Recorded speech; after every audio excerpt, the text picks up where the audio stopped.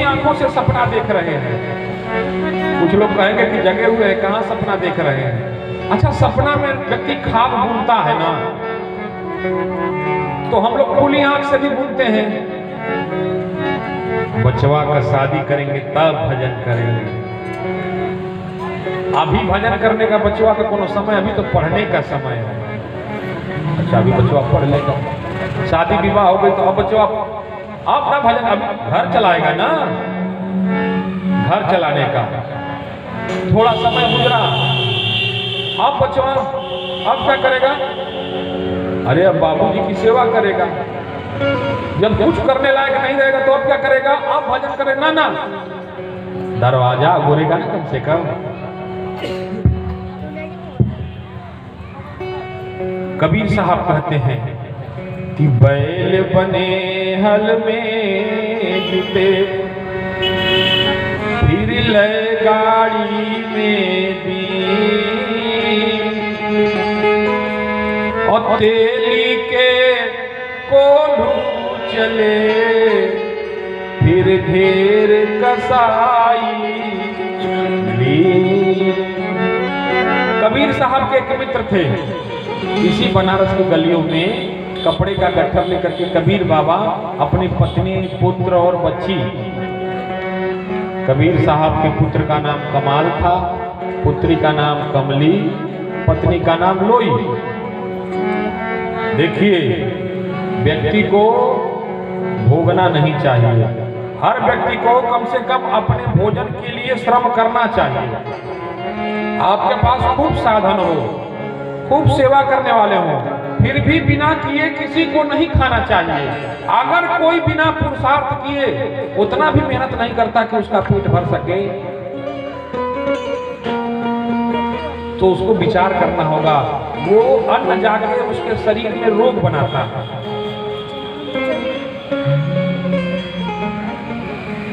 ऐसा नहीं है कि हम माला पहन लिए, लाल कपड़ा पहन लिए, तिलक लगा लिए, तो हम अब फ्री में कोई आए तो हम मालपुआ ठेकुआ दबाते जाओ। ना ना, ये एक बार ऐसे देखिए, इस प्रकरण को भी बताएंगे। एक प्रकरण बता रहे हैं, खैरात का खाना और आंत फड़वाना, हराम का खाना, आंत फड़वाना। अगर आपके दिमाग में आ रहा है कि बस मुल्ला फंस गया है, बस गार लो, खा लो, तो नाजायज अन्न आंतड़ी फाड़ के बाहर निकलता है, याद रखिएगा। नानक जी के आश्रम में एक बार भक्तों की बहुत भीड़ थी। उसी समय पंजाब में अकाल पड़ गया था, बारिश नहीं हो रही थी। तो नानक जी के जो भक्त थे वो गाड़ियों पर अनाज लाद लाद के ले आके आश्रम में पहुंचा जाते थे कि आश्रम में कम से कम जो महात्मा आ रहे हैं, जो निमित प्रेमी आ रहे हैं, उनको भोजन मिले। हुआ क्या कि नानक जी क्या करते थे कि रात में बैलगाड़ी पर अनाज रखवाते थे और ले जाकर के बगल में व्यास नदी थी, उसी में फेंकवा देते थे। नानक जी के कुछ भक्तों ने देख लिया, शिष्यों ने कहा, गुरु महाराज, हम लोग को करें कि 2 टाइम नहीं खाना, 1 टाइम खाना है, और व्यास नदी में ले जाकर के सारा अनाज फेंकवा रहे हैं, ऐसा क्यों? नानक जी कहे, जानते नहीं हो, वो अन्न नहीं है, वो पाप है। लोग अपना पाप ले आके दे रहे हैं, उनको खाने से रोग होगा। व्यक्ति को श्रम करके खाना चाहिए, अपने पुरुषार्थ से अर्जित करके खाना चाहिए। नानक जी ने बोला कि गिरही का कपड़ा बुरा, गिरही माने भीख का, दान को जो है, गिरही का कपड़ा बुरा, 2-2 अंगुल दान, भजन करे तब बरे,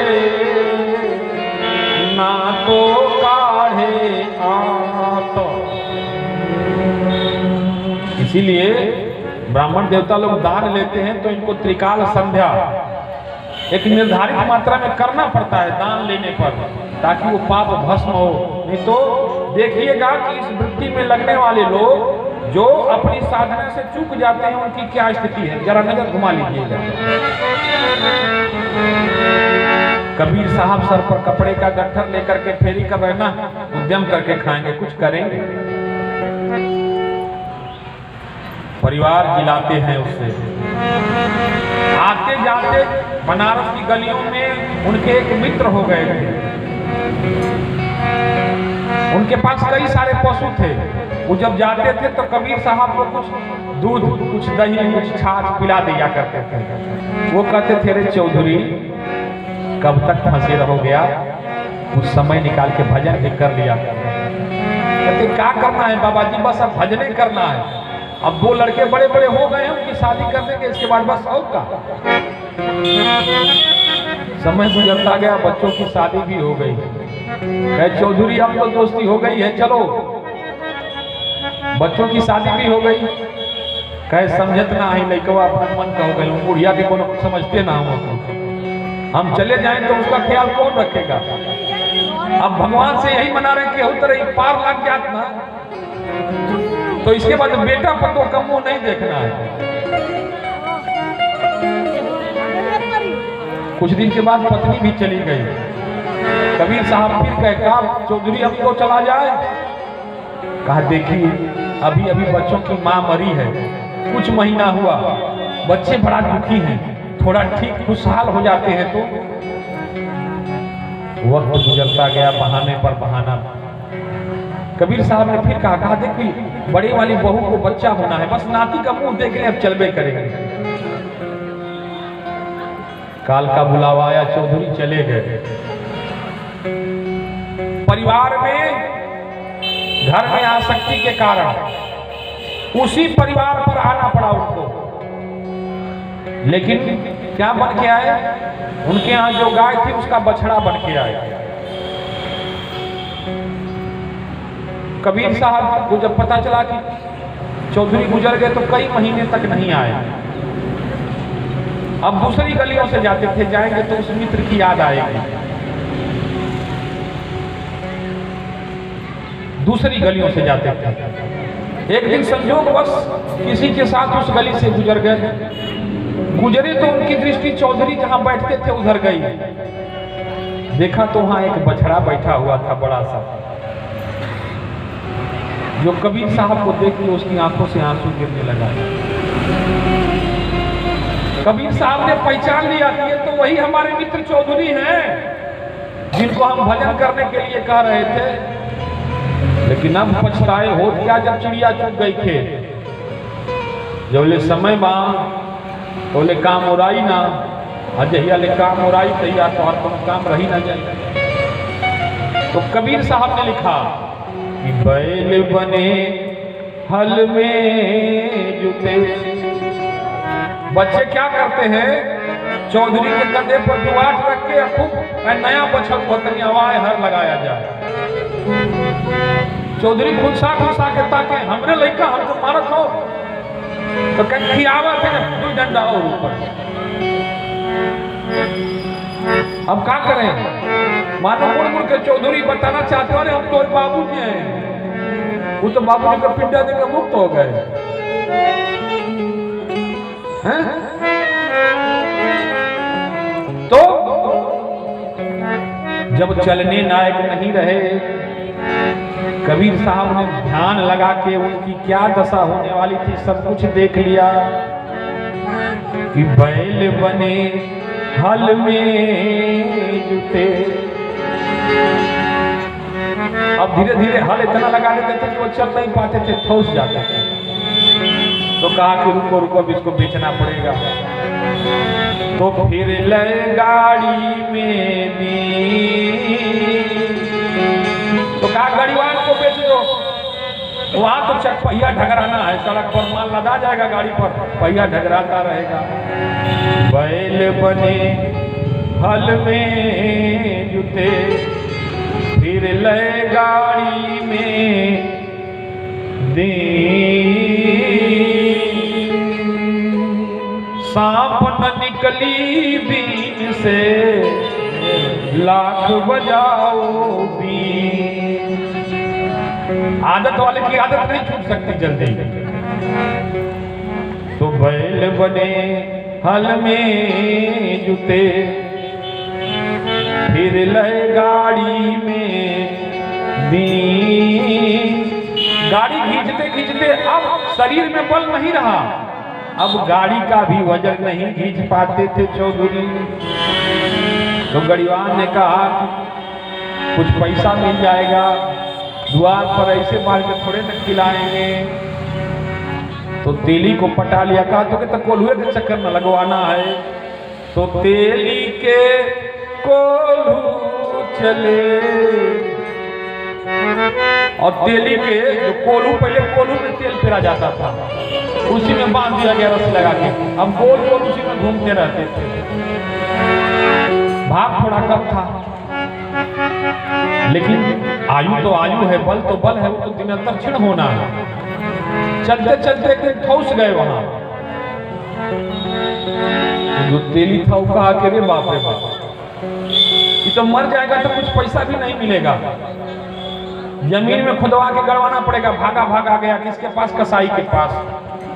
तो तेली के कोल्हू चले, फिर ढेर कसाई। अब कसाई ले जाके क्या करेगा? आरती उतारेगा।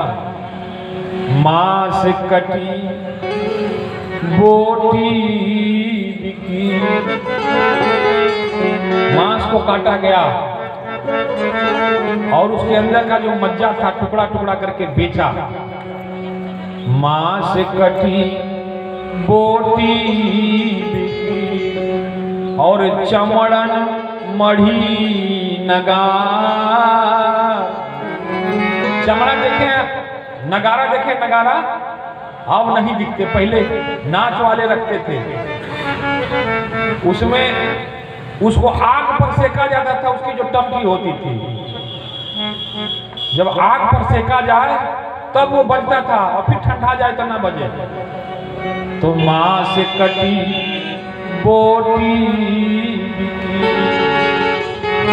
चमड़न मढ़ी नगार, और कछुए का कर्म बाकी रहे कि अब तक पड़ती मां।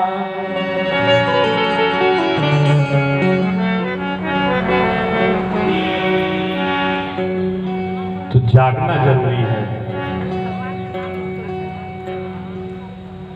तो वक्त को कोई नहीं जानता, आज हम सिखा रहे हैं, कल क्या पता हमको ही सहारा लेना पड़े। इसलिए जब तक समय है, हाथ पैर चल रहा है, बल है, तब तक ही दुनिया है।